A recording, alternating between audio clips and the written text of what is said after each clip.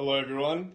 Upon analysing Jackson's performance after the initial 7 weeks of stock track, his results were reflected in his portfolio and had an expected return of approximately 1 to 4%, which is close to market rate. He invested in stocks, blue chip stocks, specifically those such as CSL Limited, Medibank, Telstra, Wesfarmers. These were all uncorrelated stocks in his portfolio, which reduced systematic risk and also was increasing the portfolio stock amount to reduce the amount of variance, volatility, and risk in his portfolio. That was due to investing in those companies with betas close to the risk-free rate, as well as striving to be a passive investor and being risk-averse.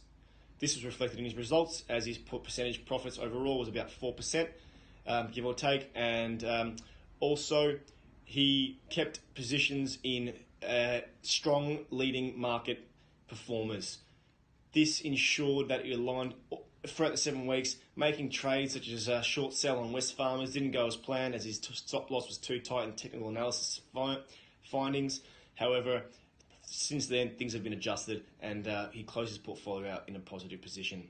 That was about 9. His best trade was CSL Limited at 9.67%, and his worst trade was Telstra at a loss of 7.3%. Thank you for that. There's a summary of Jackson's portfolio. Leo's stock track portfolio aimed to create a well-diversified portfolio with similar returns to the market by investing in the stock of blue-chip companies and companies with large-cap stock. He was also looking for companies paying good dividends that were fully franked to maximise returns and taxation benefits. Leo made a total of 32 trades over the 7 weeks, a moderate level of trading.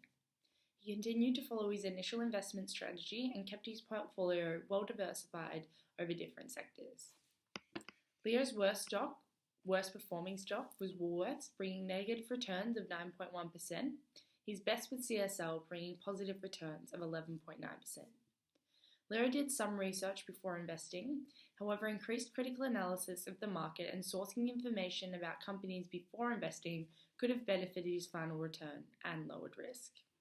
Leo's total return for his portfolio was 4.99%, a return reflective of his investment style, a strategy he was able to demonstrate consistently over his stock track experience. And now I'm going to pass it over to Jackson for his analysis. So today I'll be analysing Lara's portfolio from the 2018 assessment task involving stock track. From the outset, Lara looked to invest in a passive manner, focusing on mainly reputable stock listings with high dividend potential and a relatively low level of unsystematic risk.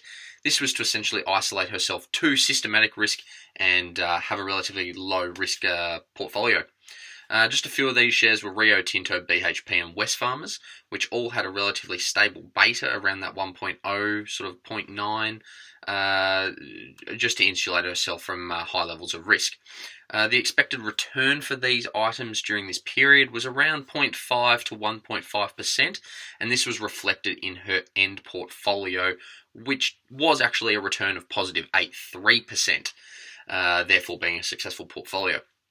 Lara did try and go into the shorting area where she tried to short Woolworths stocks, yet was marginally late on this return and didn't really execute it to her plan.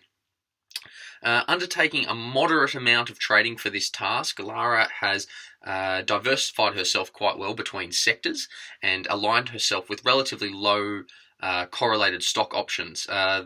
However, at the start, she did have Rio Tinto and BHP, which were relatively well correlated, so once the sale of BHP went through, then that eliminated that. Her worst performing share for the time was Rio Tinto, and her best was QBE. Thank you. Hi, my name is Leo, and today I will be reviewing George's stock track portfolio. George's strategy aimed to create a low-risk, diversified portfolio. The majority of the portfolio consisted of large cap stocks due to their less volatile nature. He diversified across multiple sectors, including communication services, consumer cyclical, technology, financial services, and materials. As the weeks progressed, George continued to increase the number of stocks that he held. It appeared that he placed a major focus on reducing the portfolio's correlation. By doing this, individual stocks in the portfolio were less likely to lose value at the same time. During the 7 weeks of trading, George only placed 14 trades. The frequency of trading was low, which fits George's investor characteristics because he aimed to be a risk-averse investor. Apart from the initial purchases to put the portfolio together, George only sold 3 stocks, which were sold to rebalance the portfolio. Overall, the best performing stock was Telstra, which was up 10.76%, whilst the worst performing stock was Commonwealth Bank, which was down 7.9%. As of Friday the 31st of August, the portfolio was valued at $210,518, up 4.15%.